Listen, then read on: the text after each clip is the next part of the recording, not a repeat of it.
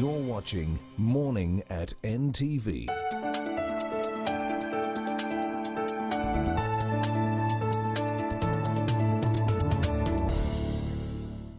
Well, good morning and welcome to Morning at NTV. My name is Idris Matu and this is Everyday Life. Now, the reading and writing culture in Uganda is not the best that we have in the world.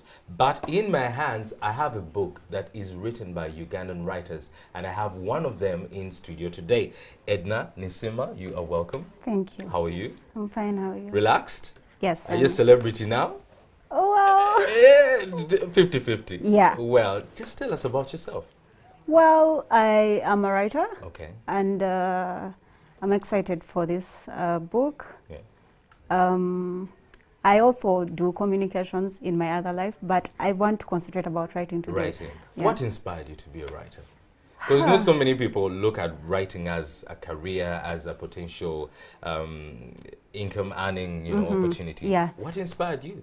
I think that I've always known, I don't think there was an inspiration, but when it's in you and there's just that thing that makes you want to write. So I wrote as a child. I always kept a little notebook in which I wrote even the most unserious stuff. Like poems and love letters. Yeah. Well, and I acknowledge that there is, that thing of, is this really a thing, writing? Yeah. And I grew up hearing all those things. And because then people say it doesn't pay, is that a thing? Or apart from, I'm a writer, apart from writing, what else do you do? I look forward to the days when we normalize writing as a standalone profession, as a thing that is serious and, it's it. And I am excited that Writivism is, starting the initiative to those to do times. That. Yeah. So, Writivism, such a very fancy word. Eh? What is Writivism, if I might ask? Well, Writivism is a literary initiative. Yeah. So it's supporting the literary arts. It's based in Kampala, Uganda, but it's Africa overall. It's Africa-based. Yes. And what Writivism does is, there is a festival every year. This year's will be 17th to 19th of August. And leading up to the festival, there's writing prizes, 2 writing prizes. There's a non-fiction and fiction. And so the announcement is made, and then young writers, aspiring writers. all over the world. All over Africa. Sorry. Okay. Yeah, and they send in their stories. So, like right now, the editors and the judges are in the process of sorting. Looking through the short stories. Yeah. So they'll make that. So is Writivism a company, an NGO, an initiative? What are you? It is an initiative which is under the Cultural African Center for Excellence, African Center for Cultural Excellence. Yeah, and it is, this particular Writivism is for the literary arts. So I heard that you are celebrating 5 years. Yes. For 5 years, what have you been doing as an initiative? Well, the festival, and then it's annual, right? Yes, it's annual. Then recently, about 2 years, 3 years, the prizes. Yeah. Okay.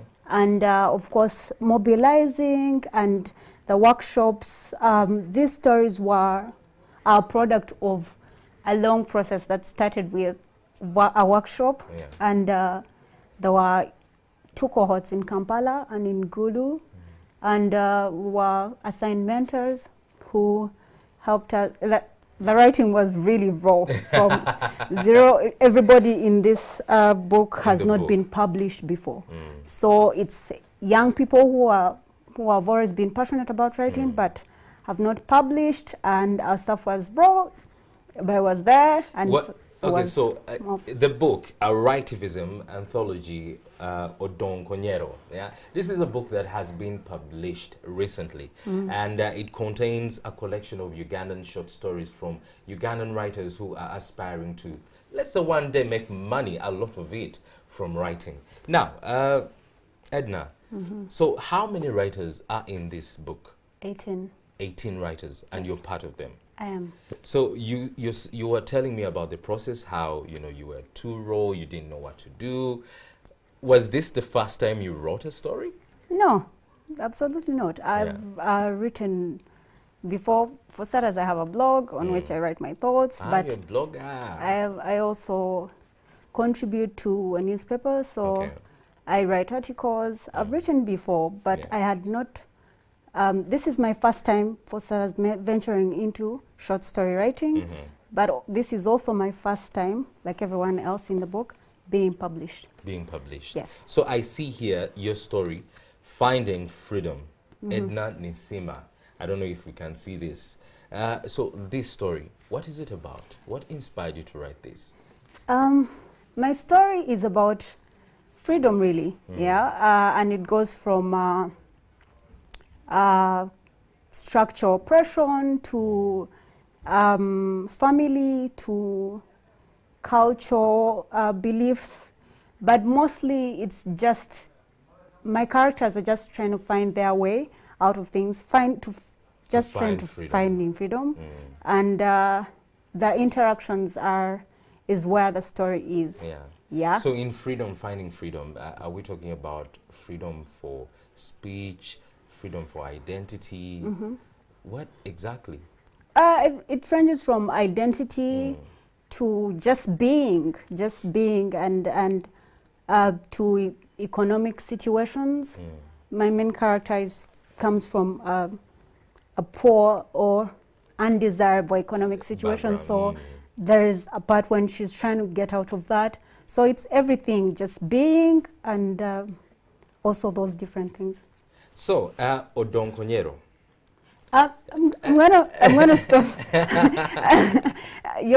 How you're pronouncing? Well, everyone else is saying Odokonyero, but sorry. I've interacted with a few people from Gulu, and the right pronunciation I've been told have to prepare for. It's okay. Brace yourself. It's Odokonyero. Odokonyero. Yeah. Okay. I think I have it. Don't I? Odokonyero. Well, Odokonyero, who is he? Because we see a collection of stories. Odokonyero. Why is he on the cover? First, there is a writer whose title is the name Odokonyero. In the stories. Yeah, in the anthology.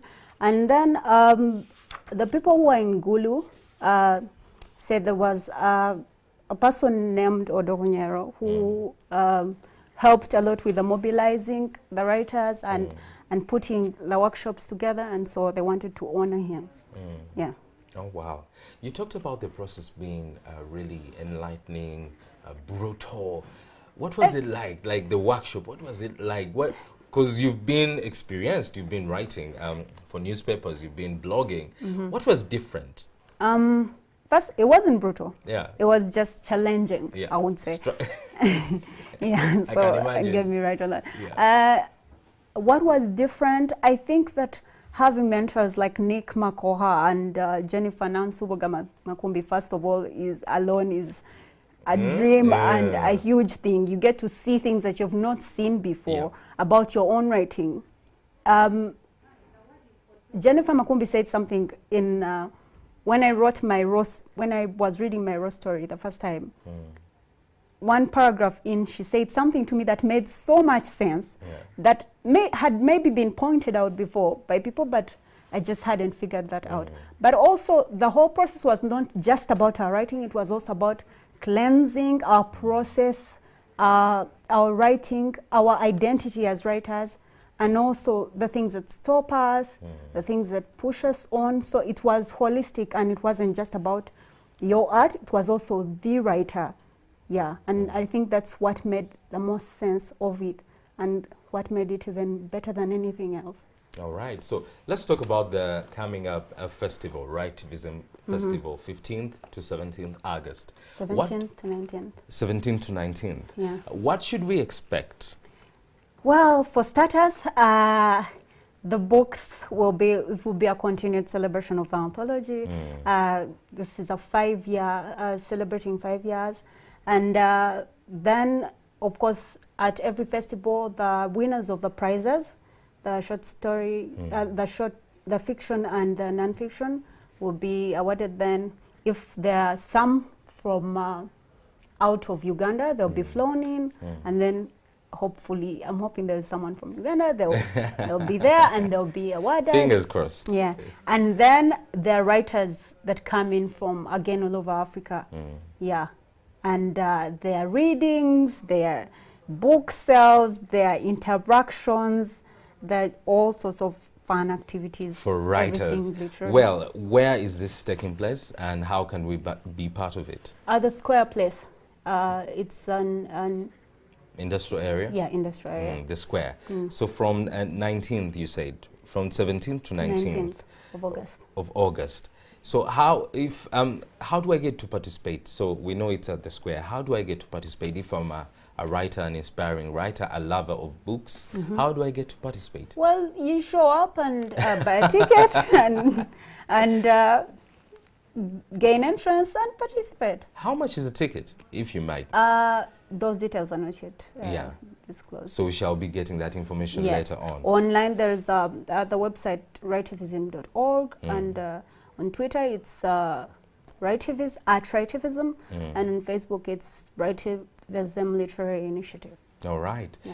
So, again, when we started the conversation, we talked about how writing is not a career that is looked at as a, you know, a very serious career. And so many people look at it as a hobby. And then when you tell them I'm a writer, they are like, what else? Are you sure? Well, what do you think is the future of writing in Uganda? I think that the future is looking bright. For starters, I've always thought that one of the reasons that the reading culture is not that good is because we grew up on all these Enid Blytons and Sweet Valley Highs, and we cannot really relate to those stories. When I read as a child people having mimosas, I had no idea. Now I do, but I had no idea what that was. Snowflakes, we do not know what that is. But because there are more people writing, and now there is these stories that are deeply Ugandan, everyone will relate to every one of these stories in the anthology. Then if we continue to write from our own perspective to things that we can relate to, then you know, there's going to be people who are going to get interested. You know, if something makes sense to you, you relate to it, then you can be interested in it. If it doesn't, then you're just like, what you is let that? it go. Yeah. Well, you've talked about the Sweet Valley Highs and, you know, the all these Western books that we grew up on. Do you think they have influenced our culture in a way that so many people right now want to act and be like the Western world? Yeah, absolutely. Absolutely, because reading first takes you on a journey and it influences a lot your thought process and even how you act sometimes and how you think. So, yeah, it has. So as a writer, what's the plan to make a difference on that and bring people back to Uganda? I think that the plan for me, first of all, is to write our stories, the way we know them, the things that we relate to, but also I've been telling all my friends, I have a lot of friends who write and who write well, but because of course there is also the need to survive, so they're in these jobs also, and so they've kind of put that off as a hobby or something that I do in my free time. So I've been saying that it's time to stop thinking of writing as a hobby or something that you do when you have the smallest little time, and also consider it as a serious thing and do it that way. So if we keep writing and encouraging people to read, and I know that there are these initiatives that are also starting with the young people, the children, and it will be better. What of language? Because, you know, we write and probably read most of the books in the world and in Uganda in English. Do you think language also has something to do with taking away from our culture? It does. It does. And The navigation there is kind of it's a difficult one. Yeah. But what I appreciate about Odokonyero and say Jennifer Makombe's Chintu, for example, is that their words, instead of interpreting a word that is in a local language, they have written it. So the way it is. We have also written the words in italics, sure, but you know, in a word. So if even all the writers, couple of writers from Gulu, whose stories I've seen have the words that are in their language. So I think that we have to then purpose ourselves to say, I'm not going to interpret this word. Because the English words that we read in books and we found out the meanings, we went and found out. We didn't know what they were. So we have to also say, yeah, I'm going to write this word. And if you really want to know, you're going to go and find out. Yeah. Well, what of education? Because you know, writing is not simply a hobby, as so many people think. There is an art to it. You need to learn it. You need to know what you're doing. But most people cannot go to university or school and study literature or writing. What do you think should be done towards that? That is really a challenge. I think that if the writers that I know had a choice to study maybe at the university, literature and maybe writing, would be so much better than we are now. But now that's spilled milk. I think that what would have to be done would be if the government considered arts as a real thing. I think that oftentimes all arts, even literary arts, musical, anything is just like dismissed. It's just, it's a small thing. Oh, every year it's just like we are supporting sciences. We are supporting sciences. There is no literature school which you can go to and say, there's no course at the university which teaches writing. They're there. As a major, like this is a creative writing school. Okay, that is not there, but there's the departments of film and drama. Such departments actually promote writing and the arts and all that. But Edna, thank you so much for coming through. I hope you guys can go and access this book. Where can we buy Odokonyero? Well, it's available at Book Point, Uganda, at the Village Mall in Bugolobi, and also on Amazon. On Amazon. Well, how much?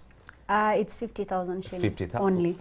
Very affordable, very affordable. Well, we shall continue the conversation on our website, which is www.ntv.co.ug, or our social media platforms, that is on Facebook, on Twitter. Just look out for Morning at NTV or NTV Uganda, or you can look out for me, Idris Matu, and tell me what you want to see on the show, because tomorrow will be the last show that I'll be hosting here, and then on Friday we shall have some new exciting stuff, so look out for that. But coming up is Mwasuzemtia. Have a very good morning.